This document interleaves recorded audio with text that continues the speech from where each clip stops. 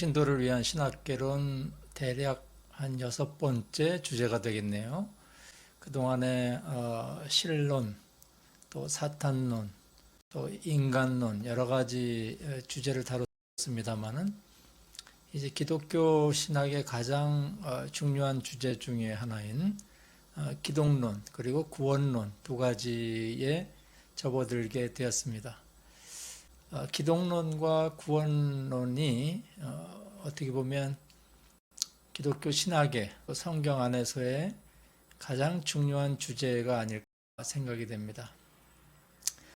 물론 인간에 대한 지식과 신학적인 토대를 우리가 중요시해야 되겠지만은 이 기독론이라는 것은 예수 그리스도의 그 인격과 사역에 관한 성경적인 이론을 말하는 것이죠.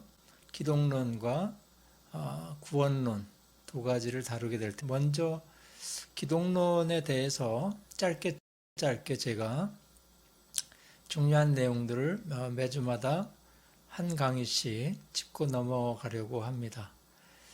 오늘 기독론 첫 번째 시간으로 기독론이란 과연 무엇이냐, 그리고 그 중에서 예수님이 인간의 몸으로 성육신하기 이전에는 어떤 상태였고, 또 예수님의 그 성육신 이전의 그 상태가 무엇을 나타내고 있는가에 대해서 잠시 말씀을 드리려고 합니다. 기독론이라는 말은 한자어입니다. 기독이라는 것은 그리스도의 그 한자 음역이죠.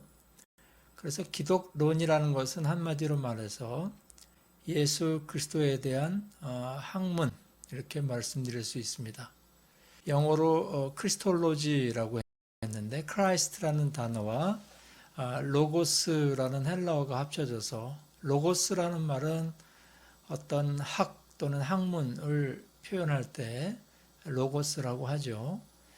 크리스톨로지라는 영어 단어는 예수 그리스도에 대한 학문 또는 이론이라고 볼 수가 있는데요. 특별히 예수 그리스도의 인격과 그분의 신성과 인성에 관한 그 모든 전체적인 신학 이론을 기독론이라 이렇게 말을 합니다. 예수 그리스도는 어떤 분이시냐? 예수님이 하나님이시지만 인간의 몸을 입고 이 땅에 오셨다는 것이 우리 기독교 신앙의 아주 중요한 핵심 아니겠습니까? 그런데 예수님이 인간의 몸을 입으신 것을 성육신이라고 하는데, 그 성육신 이전에 예수님은 어떤 상태였느냐? 예수님은 존재하지 않았었느냐? 질문을 할 수가 있죠. 그러나 우리의 신앙은 예수님은 성육신하기 전에도 이미 존재하셨다라는 선제성을 배우게 됩니다. 이것은 성경에서 말하는 중요한 내용입니다. 성육신 이전에 예수 그리스도의 선제하심, 그것은 무엇이냐? 인간으로 탄생하기 전에 예수님은 이미 존재하셨다는 사실입니다. 이 선제성과 또 예수님의 영원성이라는 것은 뗄래야 뗄 수 없는 이론입니다. 비슷한 개념입니다. 선제하셨다라는 것과 예수님은 영원하신 분이다 하는 것은 비슷한 개념입니다. 그래서 예수님이 성육신하기 전에 이미 존재하셨다는 것을 부인하게 되면 예수님의 영원성도 동시에 부인하게 되는 것이겠죠. 이 선제성은 매우 중요한데 그 중요성을 이렇게 세 가지로 찾아볼 수가 있습니다. 예수님이 탄생할 때 이미 존재의 형태이셨다 하는 것을 우리는 알아야 됩니다. 아무것도 없는 상태에서 갑자기 예수님이 이 땅에 인간의 몸을 입고 오신 것이 아니라는 것은 중요하게 전제되어야 하는 내용입니다. 주님이 탄생하실 때 이미 그분은 존재하신 분이었다는 것하고, 예수님이 이미 선제하지 않으셨다면 예수님은 하나님이 될 수가 없는 것이죠. 네. 하나님은 영원부터 영원까지 계신 분이고 우리의 신앙은 예수님은 하나님이라는 신앙을 갖고 있는데 예수님이 하나님이라는 신앙의 근간이 뭐라고? 예수님이 성육신하기 전에 이미 존재하셨다 하는 것이고요. 예수님이 이미 존재하지 않으셨다고 한다면 예수님의 모든 말씀들은 다 거짓말이 될 수가 있는 거죠. 예수님은 시시때때로 당신이 훨씬 이전에 창세 때부터 존재하셨다고 말씀하셨기 때문에 그렇습니다. 예수님의 선지하심의 증거는 어디서 찾아볼 수 있느냐? 예수님은 하늘에서 오셨다고 성경은 말씀을 합니다. 요한복음 3장 13절 예수님이 직접 말씀하시기를 하늘에서 내려온 곧 인자 외에는 이렇게 표현을 합니다.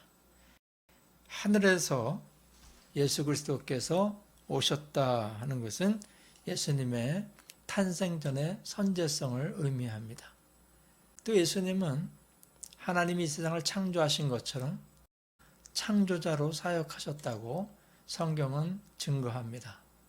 요한복음 1장 3절 만물이 그로 말미암아 지은 바 되었으니 예수 그리스도가 창조에 개입하셨다고 한다면 당연히 예수님은 성육신 이전에 미리 존재하신 것이라고 말할 수 있겠습니다. 또 이 예수님의 선지하심의 증거 세 번째는 하나님과 본질적으로 동등하다 하는 것 예수님이 자주 증거하셨다는 것입니다. 요한복음 10장 30절 나와 아버지는 하나이니라 하신대 이 말씀처럼 예수님은 하나님과 동등됨을 주장을 하고 계시오. 하나님이 영원하신 것처럼 그러므로 예수님은 영원하시고 그분은 성육신 이전에 선제하신 것이죠.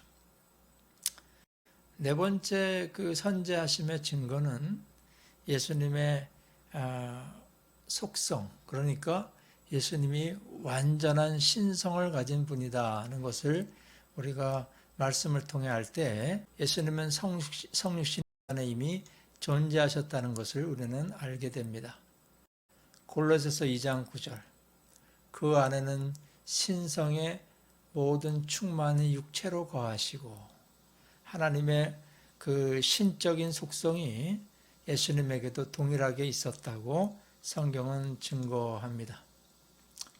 또 세례 요한과 관련해서 예수님은 세례 요한보다 늦게 태어나셨지만은 세례 요한이 뭐라고 말을 하느냐? 요한복음 1장 15절에 세례 요한이 말하기를 내 뒤에 오시는 이가 나보다 앞선 것은 나보다 먼저 계심이라. 세례 요한은 하나님의 계시 안에서 이렇게 고백했습니다.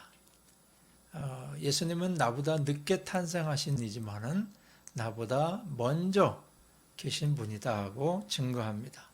예수님은 성육신 이전에 이미 선지하셨다는 증거들이 이렇게 많이 나오고 있는 거예요. 또 성육신 이전에 예수님은 영원토록 존재하신 분이라는 내용을 우리는 여기서 알 수가 있습니다. 예수님의 영원성은 어떤 뜻이 있느냐? 예수님이 항상 영원히 존재하셨다 하는 것을 의미합니다.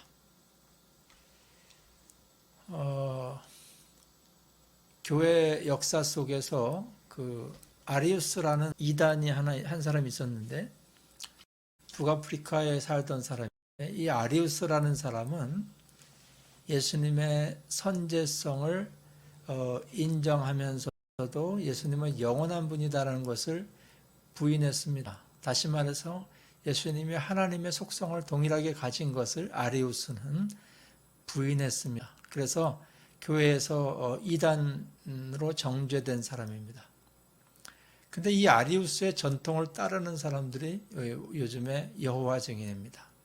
여호와 증인들도요, 이 예수 그리스도의 영원하심을 부인합니다. 그래서 우리가 여호와의 증인의 여러 가지 그 말씀에 대한 해석과 주장들을 받아들일 수가 없고 그들을 이단시하고 정죄할 수밖에 없는 것이죠. 우리가 꼭 알아야 될 것은 예수님은 성육신 하시기 전에 선제하셨을 뿐만 아니라 영원하신 분이다 하는 것을 우리는 알아야 됩니다. 이 영원성이 부인이 되면 삼위일체라는 말은 있을 수가 없고요. 예수님도 완전한 신성을 가지지 않는 것이 되고 예수님은 거짓말하는 거짓말쟁이가 되고 마는 것입니다. 자, 예수님이 영원하시다는 증거들을 보십시오. 히브리서 1장 3절 이는 하나님의 영광의 광채시요 그 본체의 형상이시라. 헬라어에 보면 카락터라는 단어가 쓰여지고 있는데 이 카락터라는 단어가 뭐냐? 이 본성이라는 뜻입니다. 뭐 영어에서는 캐릭터라고 말하지만 원래 뜻은 동일한 본질을 말합니다. 그러므로 히브리서의 증거대로 예수님은 하나님의 본성을 그대로 가지고 오신 분이기 때문에 영원하신 분이다 이렇게 말씀드릴 수가 있어요. 미가서 5장 2절도 마찬가지입니다. 베들레헴 에브라 너는 유다 족속 중에 작을지라도 이스라엘을 다스릴 자가 내게서 내게로 나올 것이라 그의 근본은 상고에 영원에 있느니라 이렇게 고백을 하고 있습니다. 요한복음 8장 58절 예수님께서 직접 말씀하시기를 아브라함이 나기 전부터 내가 있느니라 라고 말씀을 하셨습니다. 내가 있느니라 이 말은 시제로 표현하면 현재형입니다. 내가 있었느니라가 아니라 내가 있느니라 이 현재형이라는 말은 바로 영원성을 표현하는 것입니다. 과거에도 있었고 현재도 있고 미래에도 있는 예수님 그 예수님의 영원성을 이렇게 현재형 요한복음에서는 표현을 합니다. 요한복음 1장 1절 태초에 말씀이 계시니라 이 말씀이 하나님과 함께 계셨으니 이 말씀도 역시 하나님이 말씀이시고 말씀은 곧 하나님이신데 그분은 영원한 분으로 존재하셨다는 것을 여기서 언급을 하고 있습니다. 예수님의 그 성육신 이전의 사역과 존재 양식에 대해서 우리는 이렇게 말할 수가 있는데 예수님은 성육신 이전에 이미 활동하셨습니다. 어떻게? 이 세상 만물을 창조하신 창조자로 활동하셨습니다. 요한복음 1장 3절 만물이 그로 말미암아 지은 바 되었으니 지은 것이 하나도 그거 없이는 된 것이 없느니라. 골로새서 1장 16절 만물이 그에게서 창조되되 그리고 마지막에 뭐라 그랬습니까? 다 그로 말미암고 그를 위하여 창조되었고 이렇게 언급을 하고 있죠. 성육신 이전에 예수님은 무엇을 하셨느냐?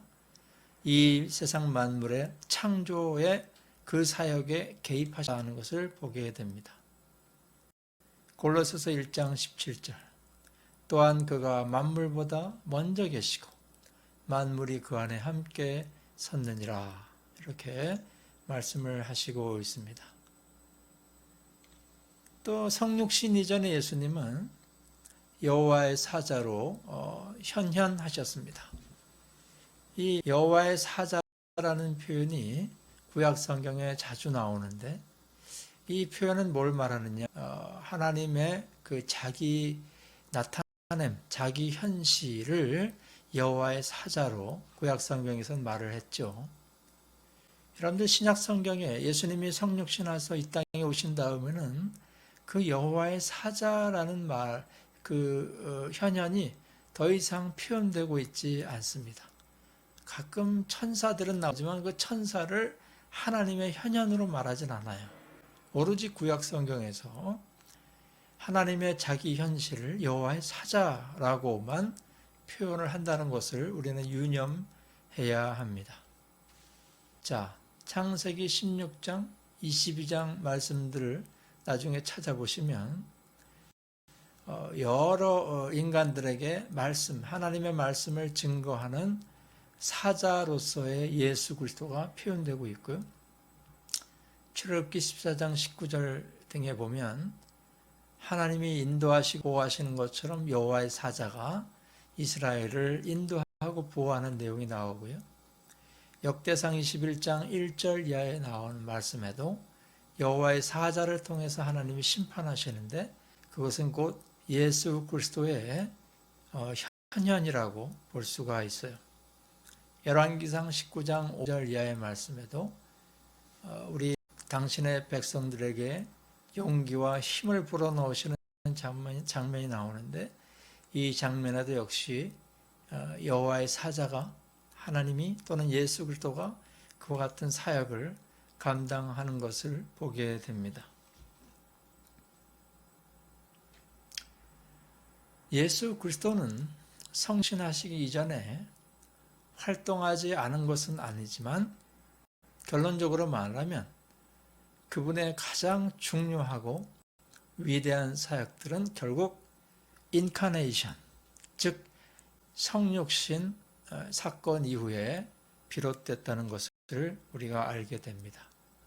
예수님이 이 땅에 오시기 전에 예수님은 존재하시고 우리를 위해 이미 사역하셨습니다. 그러나 예수님이 구체적으로 인간의 몸을 입으시고 난 다음에는 구체적인 구원 사역과 치유 사역과 말씀을 증거하고 하나님 나라의 복음을 증거하는 사역을 분명하게 하기 시작하면서 하나님을 우리에게 나타내시고 보여주시는 그런 사역을 했다는 면에서 예수님의 성육신은 굉장히 중요한 것이죠. 오늘 말씀을 정리하겠습니다. 기독론의 첫 번째, 예수님이 이 땅에 인간의 몸을 입기 전에 예수님은 어떤 상태였고 어떤 분이신가, 오늘 두 가지를 다뤘는데 예수님은 성육신 이전에도 이미 존재하셨다 하는 것과 이미 활동하셨고 그 모든 것은 예수님의 영원성, 선제성과 영원성을 대변하는 말씀이다 하는 것을 오늘 말씀을 드렸습니다. 성경적인 이 예시를 잘 기억하셔서 예수님의 그 성육신 이전의 존재에 대해서 구체적으로 확고하게 신앙을 정리하시는 여러분들 되시기를 바랍니다. 다음에 또 기독론 두 번째 시간 말씀을 나누도록 하겠습니다. 감사합니다.